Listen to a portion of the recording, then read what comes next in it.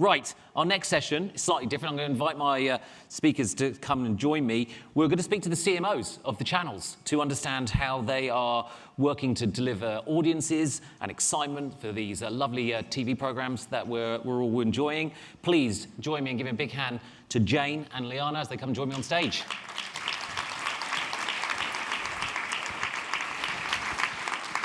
That was a fun presentation, wasn't it? It was fantastic. Well done, Nat. I can't see where you are, but well done. That was great, wasn't it? Liana, you're just in the role, aren't you? I'm just, well, barely just, about 7 months in now. 7 months in? Yeah. How are you finding it? Loving it. Good. So, pair of you, Jane, thank you for joining me today. I guess the overarching theme, and I'm sure this is what keeps you all up at night, is like, how do you're both going to get this question, how do you take shows to the market and maximise excitement and really generate buzz that will create audiences? How are you doing that today? Tell me, Liana, how? Yeah. We can compare notes later over a cocktail. So that's a great question up front, and the answer is it's different every time. So when we consider taking a television show, whether that's a sport platform, an entertainment platform, a news platform to market, really the first thing that we start with, as all good marketers would, is who's our audience? What is this product? What's the brand? Who's going to want to be consuming this piece of content? And we really try very deeply to understand the segmentation work that we need to do, and then really go about building an individualised marketing strategy and plan for each standalone piece of content. So, the way that we would step up a campaign for the NRL, for example, is fundamentally different to how we would step up a campaign for Love Island. Not that there isn't some crossover in audience, by the way, but really, really different. When we took Love Island to market, and it'll be back later this year, so you'll have to look out for that one. First plug. First plug in 3 minutes. Yeah. When we took Love Island to market last time, the way in which that we approach that, it's a more youthful piece of content than some of our other range, for example. We are looking for ways that we can take that brand out to the people and into culture, and really start that kind of water cooler conversation before the show even lights up. So, we did some really fun tactics like taking the Love Island daybeds out to the beaches and creating sort of selfie experiences and talent and influencer experiences for the lovers of that brand. We have huge media campaigns, of course. I'm in the somewhat privileged position, I suppose, that I am the CMO for 9, and that means, total television, total audio and total publishing. So I have a huge media footprint to be able to exploit and utilise. But, really for us, what's more interesting, sort of outside of and on top of the media sort of schedules and campaigns that go into growing or building these audiences, is how we can have that impact on culture and how we can get those brands deeply embedded in the hearts and minds of Aussies. Jane? Ditto. My only build on that would be, I think, where we are moving to, and certainly sort of 3 or 4 years ago, we started to think about it a little bit differently when we take a show to market, and we more and more think about BVOD first. So for us, it's absolutely about connecting audiences to SBS On Demand first and foremost. So we sort of look across paid, owned and earned, and similar to what Liana said, I don't have her big footprint, but I have a big-ish footprint. And so it's about leveraging our owned channels, our promo inventory on main channel and SBS On Demand, etc., to navigate audiences, most notably to our linear offer, but our big off-channel spends are about SBS On Demand. So no longer do we go to market 3 or 4 weeks prior to TX for linear. We really hit our marketing campaigns from a paid perspective a couple of days prior. For us, it's about driving awareness and connection to SBS On Demand. That's where we see the sort of scalable opportunity into the future. So that's probably the only build I would say. You're deliberately driving audiences more to your digital assets than... We are deliberately, from an off-channel perspective, everything is most is badged SBS On Demand. Yeah. And what we've seen there through our first-party data consumption sort of analysis, as well as research, is that when we badge something SBS On Demand, audiences understand it to be on SBS as well. The reverse is not always true. So we're really fortunate. Earlier this year, our awareness of SBS On Demand with Australians is at level with main channel. And so we sort of go to market hard on SBS On Demand, noting that linear is still very important. And we have 10 million Australians a month on linear, and we serve them well and we think about them. We have a publicity machine, all those things, those hygiene marketing practices. But for us, it's about scaling OD. So you mentioned there sort of getting big ticket items, right? And obviously your budget compared to like the big... It's very big. Yeah. Well, compared to obviously the big global ones, it's obviously difficult. So How do you, I find it really frustrating sometimes when you get these big TV shows. Sometimes you get a full drop, sometimes you get the odd program. How do you manage that?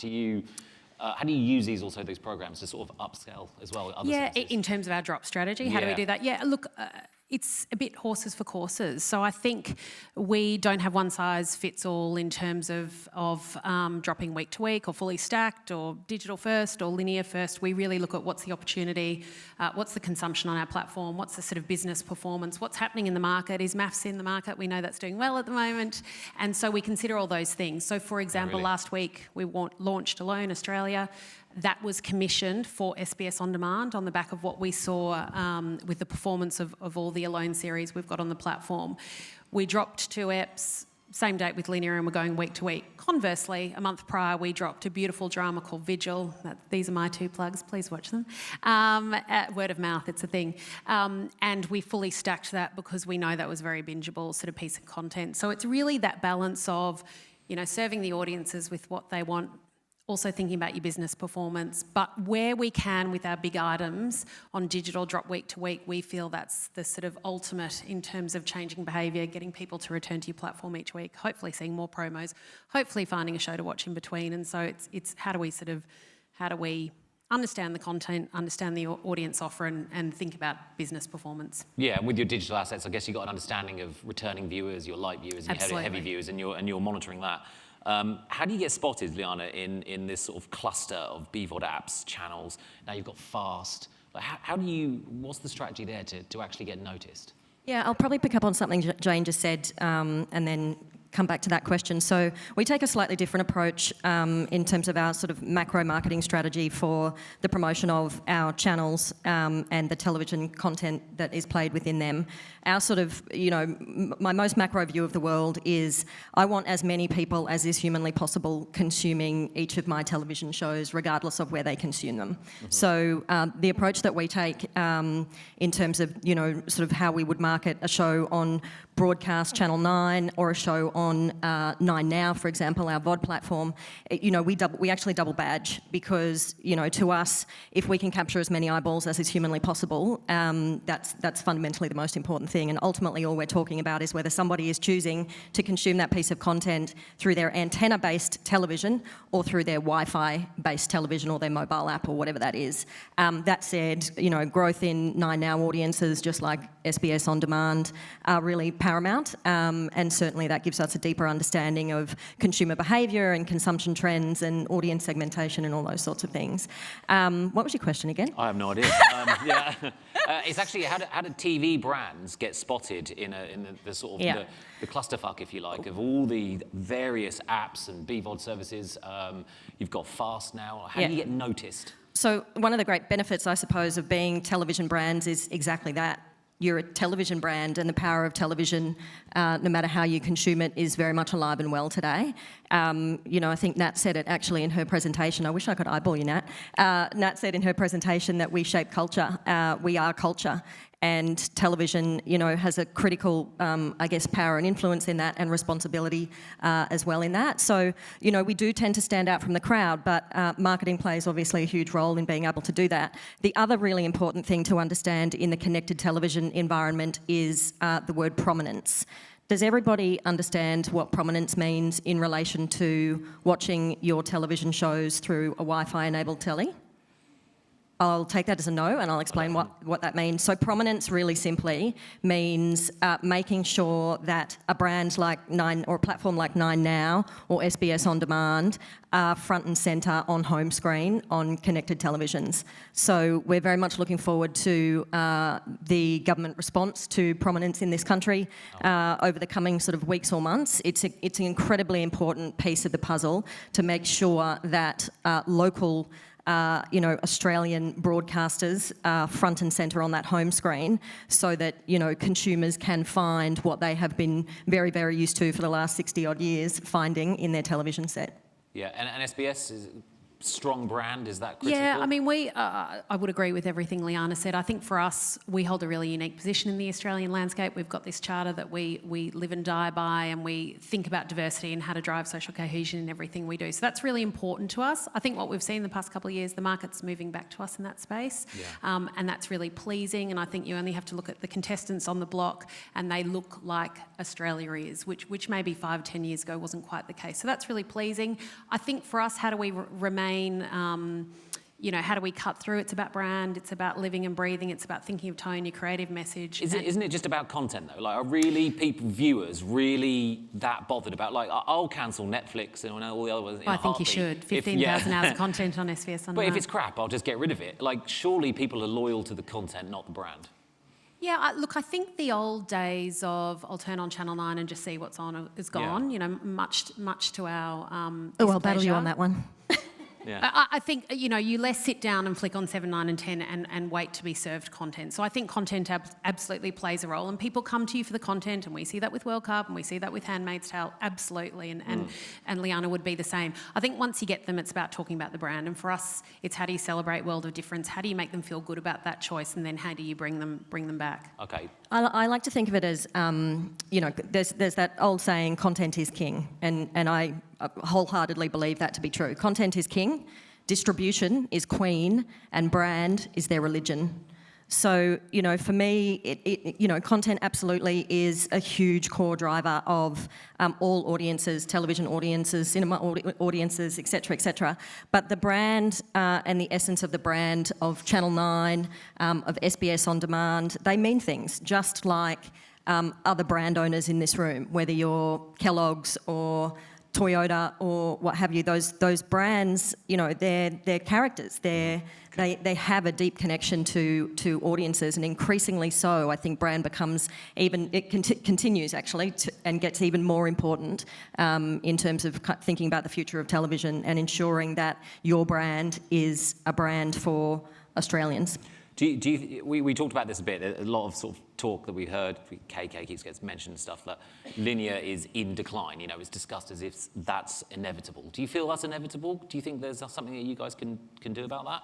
Look, I think we all acknowledge the changing consumer behaviour. I think, we need to think about digital consumption maybe in a different way, and certainly what we saw with World Cup is our digital consumption went through the roof, obviously, and what we were delighted with, that wasn't just BVOD, that was live streaming of our linear offer. So that was linear just being consumed in a different way, and that's why the sort of conversation around prominence, etc., is really important. I think not dissimilar to every other channel, radio needs to find a way to live alongside podcasts. It doesn't mean radio is irrelevant, it's about finding what is that sort of unique differentiator, and I think it's no different in our world. Yeah, so I wouldn't say linear is dead. Yeah, nobody at all would question the transition from antenna-based viewing to Wi-Fi-based viewing. That's fundamentally all we're talking about, is a technology shift. You should wire in your connection, by the way. Just like going from a brown box with bunny ears to a rectangle, et cetera.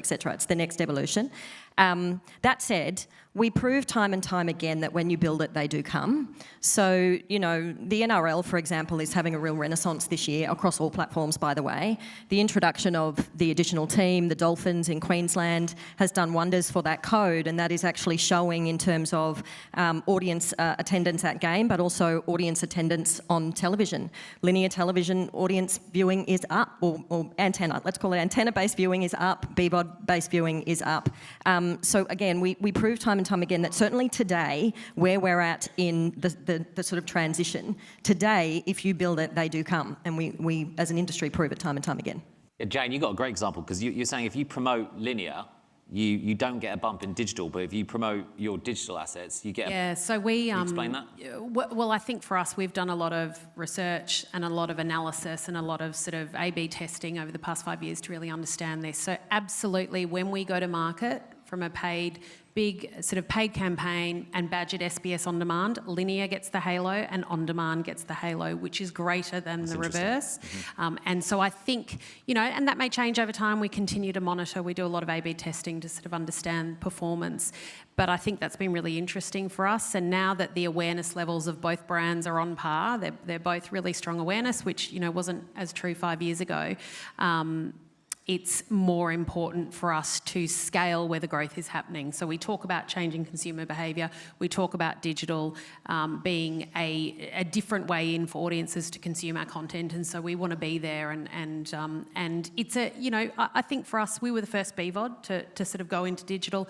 We're not a catch-up, we're a catalogue, we've got 15,000 hours of content. So for us, we just think about that slightly differently and how we push that forward and connect with audiences there. What I also think is really interesting in the VOD space is certainly we see in our numbers the core driver of VOD viewing and VOD growth today is the live stream. It's live content. It is simply people watching television a slightly different way. Whereas back in the day, if you'd asked us, you know, 10 years ago or even 6 years ago, or probably even 3 years ago, catch-up was the prominent usage of you know, a kind of a VOD platform. But it now fundamentally has shifted, and that growth is coming predominantly from live. Yeah, and then when you look at fast and stuff like we just saw, you know, people don't have a problem with turning on your telly and then channel hopping, and that is a prime example of that. So, okay, last question. This is obviously the difficult one for you guys, but how do you attract younger audiences back to your channels? Like, obviously, you're probably tasked with that, the pair of you. Look, when we think young at SBS, we think 30 plus. We are not a youth product. Right. And so that's quite young, though. It's quite young. Yeah, it's quite young, yeah. From my position, anyway. And so for us, it's about finding those moments in our catalogue of content. And so, you know, we have them. We've got The Orville and Brooklyn Nine-Nine and Handmaid's Tale, where we know we can connect audiences and thinking about how and when to connect them. And I think once we've got them, it's what does that onward journey look like? And, you know, with World Cup, we had huge numbers of 18 to 34-year-olds come in, and that was a real challenge for us to think really specifically around retention, promo placement, scientifically, really try to hook these audiences in. It is a challenge, it is an industry challenge. We are not competing with each other and other streamers. We're competing with gaming and social media and all those things. So sure, it's a challenge, but we're on it, aren't we, Liana? We are indeed, yeah. We very much start from a content point of view and then build marketing around that. So we had an experience a couple of months ago now, I think it was, actually with the Today Show. So Today Show, not typically known for its youth-based viewing. And what we did one morning was we had Logan Paul and KSI on the Today Show. Now, for anybody who's got maybe teenage children, I can see a few people nodding your head, you know who they are, or fundamentally if you're cooler than I am, because I actually didn't know who they were until that morning. But we had Logan Paul and KSI on the Today Show, and what we were able to prove out, again, if you build it, they will come. No young person is, you know, turning their nose up at Channel 9 as a brand or the Today Show as a brand. They're looking for content experiences that, you know, are sort of befitting, you know, what they want to pay attention to. So, you know, the audience, sort of profile of the Today Show that morning was actually very, very different. And even, you know, I'd never seen so many teenage children, teenage boys in particular, in the streets of North Sydney. There were more than 10,000 young people crowded around our building. And again, I go back to the fact, you know, none of those youngsters are waking up in the morning going, well, I'm not going to North Sydney to Channel 9 because it's just fundamentally not cool.